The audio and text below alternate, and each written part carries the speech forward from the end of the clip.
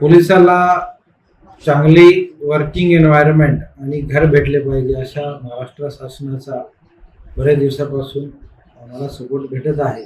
त्याचमध्ये अंबड एक मोठा तालुका आहे, मोठी बाजारपेठ आहे. तिकडे नवीन पोलीस स्टेशनचं निर्माण पोलीस गृहनिर्माण तर्फे होत होता आणि आता तो शेवटच्या टप्प्यात आलेला आहे. निर्माण पूर्ण झाला आहे, थोडा किरकोळ थोडाफार काम राहिलेलं आहे आणि त्याला लवकरच उद्घाटन करून पोलीस स्टेशन तिकडे शिफ्ट आम्ही करणार आहोत.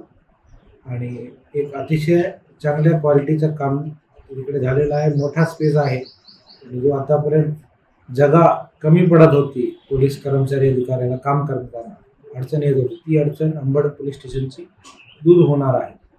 त्याचवेळी अंबड पोलिसासाठी आपण अंबडच्या लोकांची एक मागणी होती की बस स्टँड येथे भरपूर गर्दी असते, कधी कधी मुलीला छेडण्या वगैरेचे प्रकार होतात, ट्रॅफिकचे असतात, तिकडे एक मदत केंद्र असला पाहिजे.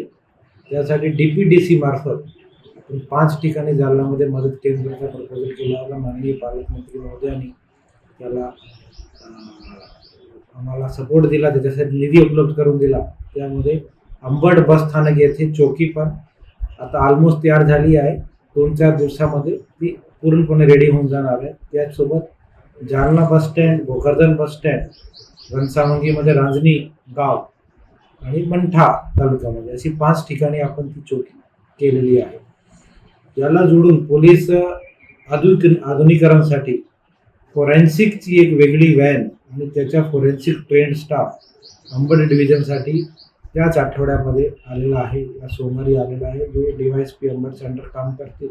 आणि कुठलाच घटनास्थळावर काही रक्त असतो, DNA असतो, काही केस असतात, ज्याचा मोठा फायदा दोषसिद्धीसाठी होतो. त्यासाठी ही 8 एक्सपर्ट आणि त्याच्यासोबत एक सुसज्ज व्हॅन, त्याचा एक वेगळा लॅपटॉप, कम्प्युटर, टॅब असा सिस्टम असतो.